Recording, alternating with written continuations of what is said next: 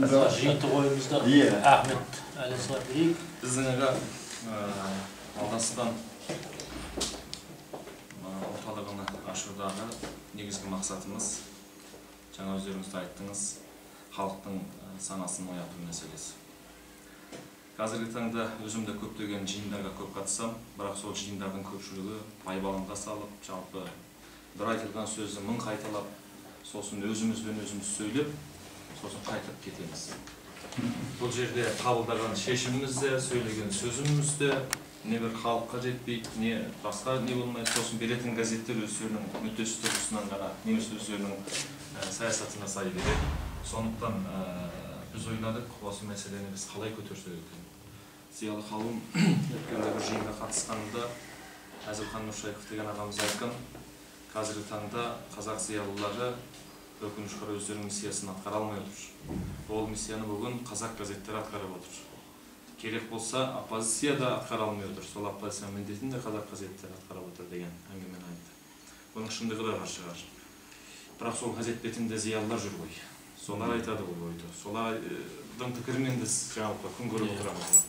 Сондықтан біз елім деп, жалпы ерім деп, тілім деп, жалпы олай күйіп жатқан ағаларымызбен, азаматтармен бас қосып, осы мәселені қалай шешсек екен, қалай түйіндесек екен, біздің де бір үніміз болар ма бұл мәселелердің шешіміне деген мәселе төңірегінде біраз ойландық.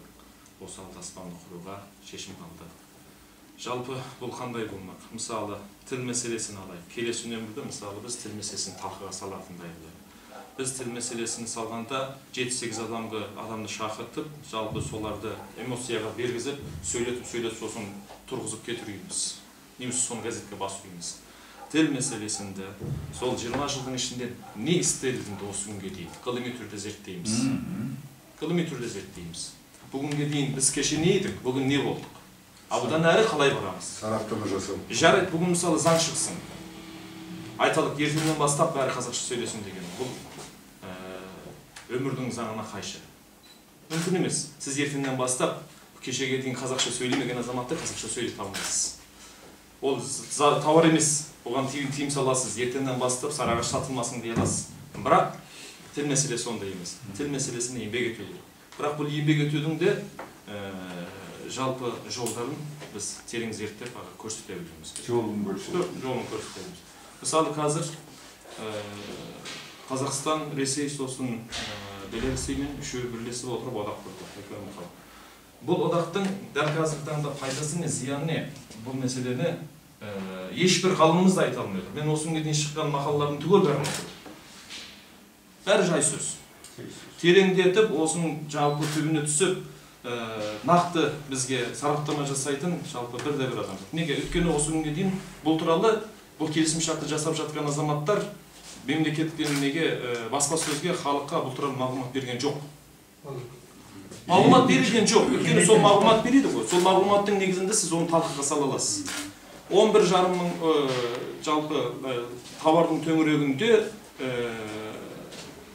үш мемлекеттің арасында тариф мәселесі қарастырылған, бірақ ол қандай тауарлар? Не болады? Ол жалпы біздің инновациялық жалпы даму жолындағы тауарлар ма?